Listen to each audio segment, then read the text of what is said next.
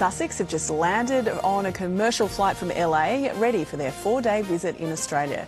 We spoke to some passengers who travelled with the couple. Until we got off the plane was the only time we realised that that was them. So yeah, it's just, in LA you see it all the time though, so you're kind of used to it. I said I hope you have a lovely time in Melbourne, and I'm sure you'll enjoy Sydney. And we spoke about their children and that they were here for a couple of days. Do you think it's exciting that they're here? So exciting! It's so exciting. Everyone was very excited to see them on board. They were super friendly around the toilet areas when they went to the toilet. They basically just slipped off pretty quickly off the aircraft, and then security, customs, border force people were there to meet them, and then they took them in their own personal vehicles off the airside and away they went. Harry and Meghan will begin their visit at the Royal Children's Hospital in Melbourne. The Duke and Duchess of Sussex have arrived in Melbourne for a whirlwind tour of Australia, where they'll be at some public events and speaking engagements. But they were on a commercial public flight today, so some bleary-eyed passengers into Melbourne at about 6:30 this morning were stunned by the media scrum that arrived to greet them. Well, until we got off the plane was the only time we realised that that was them. So yes, in LA you see it all the time now, so you're kind of used to it. Yeah, you would have no idea unless like you listen. So when we had like instead we got back, Tate's mum texted and they said like, oh, you're on the same flight as Harry and Meghan. And I'm a bit of a royal fanatic, and then so I like tried to keep through. Yep. But yeah, we could just see like a bit of movement, and then like once we got to the front, like we just saw like security, and we had like no idea. Like if it wasn't for the news, I saw someone wearing khakis, so I don't know, it could be that. I'll say all the same. Yeah, once I was on board, I did see them. Yeah. It seemed quite pleasant. I think they were quite chatty as well, and they were pretty. Melbourne for the first leg of their 4-day Australian tour. Andrew McCormack is in Melbourne. Macca, they've just been sighted. Yeah, that's right. We've got this exclusive vision into the Sunrise newsroom of Harry and Meghan jumping in a convoy on the tarmac, what's known as a tarmac transfer. It's how the other half live, Eddie. When you jump on your first-class flight from LA, you jump into those two black SUVs, the four-wheel drives, and head straight to your hotel in the city. So that news into the 7 newsroom after Harry and Meghan arriving back down under for the first time since 2018, some 7.5 years ago. Arriving by a commercial Qantas flight, making that 16-hour trip from LA. Understood they sat in seats 3E and 3F. Not sure exactly what was on the menu in terms of any Netflix shows or binging, or maybe a nice face mask for Meghan, or maybe a nice glass of red for Harry. They're not, of course, bringing the kids. Prince Archie and Princess Lilibet staying in LA as very much a business trip for the pair, although they've got a 4-day pseudo-royal tour today. They'll head to the Royal Children's Hospital later today to meet with families there. Harry will also meet with veterans at the Veterans National Art Museum in Melbourne, while the Duchess, Meghan, will head to a women's homeless shelter. Of course, they've got lots of things planned over the next few days, but there they are, arriving back in Australia. A very different welcome, and very interesting to see what the reaction will be from the public. Of course, they were absolutely beloved back in 2018. A lot of water's gone under the bridge in the past 8 years or so, Eddie. Could say that. Thank you so much for that, Macca.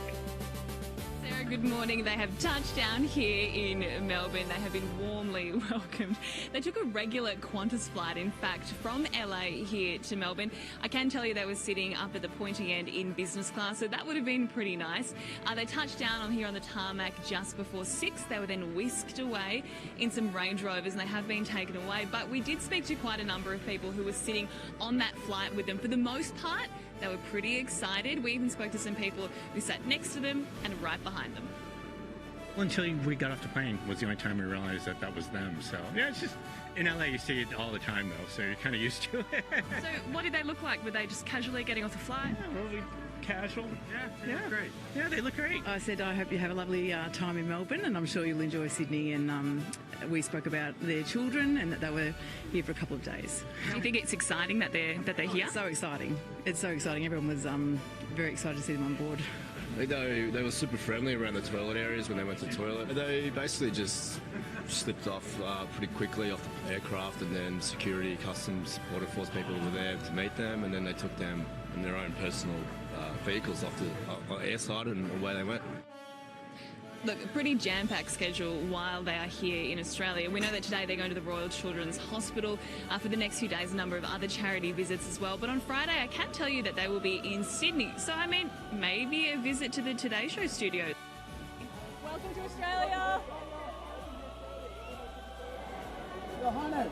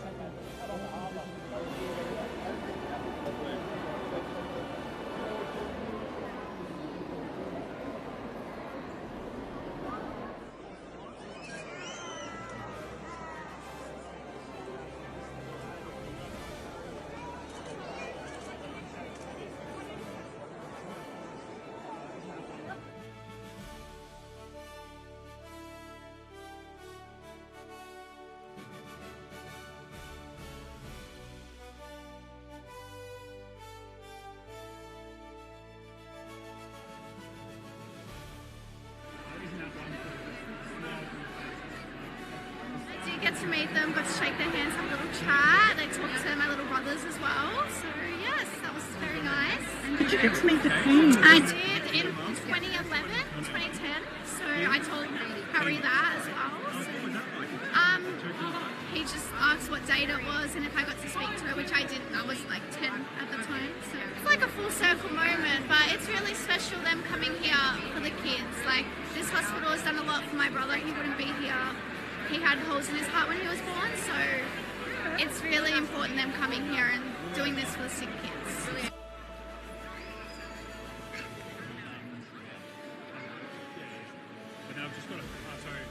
I got a hug, I gave Harry some flowers, and Megan wished me keep on being brave, and I'm just grateful for the opportunity to meet them.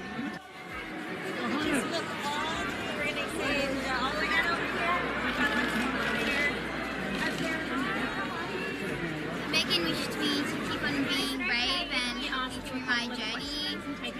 Same with Harry, they were both really nice.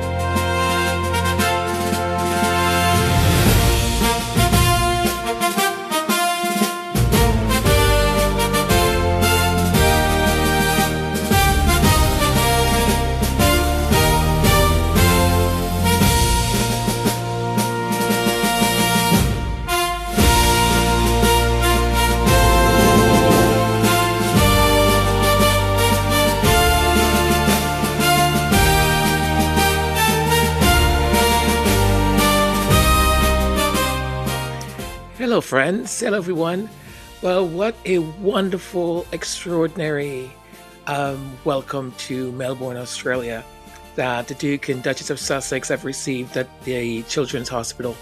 I think was absolutely great to see the amount of people that showed up, the amount of people that said yes to taking part in this just beautiful welcome to them. And I guess that is what the left back royals or the so-called sometime working royals were worried about, that people are able to come out and see the real, the Duke and Duchess of Sussex, the charismatic couple, the couple that actually goes out and do good. You know what I mean? And don't have an issue meeting with people and being just their authentic selves. I was listening to one of the commentators say that, this is not a royal tour and it's not a royal tour, so don't expect walkabouts or walkarounds or meet and greet people like outside. It's going to, they of course meet and greet people in their official um, um, scheduled visits. Like Meghan is going to be going at a homeless shelter, I believe.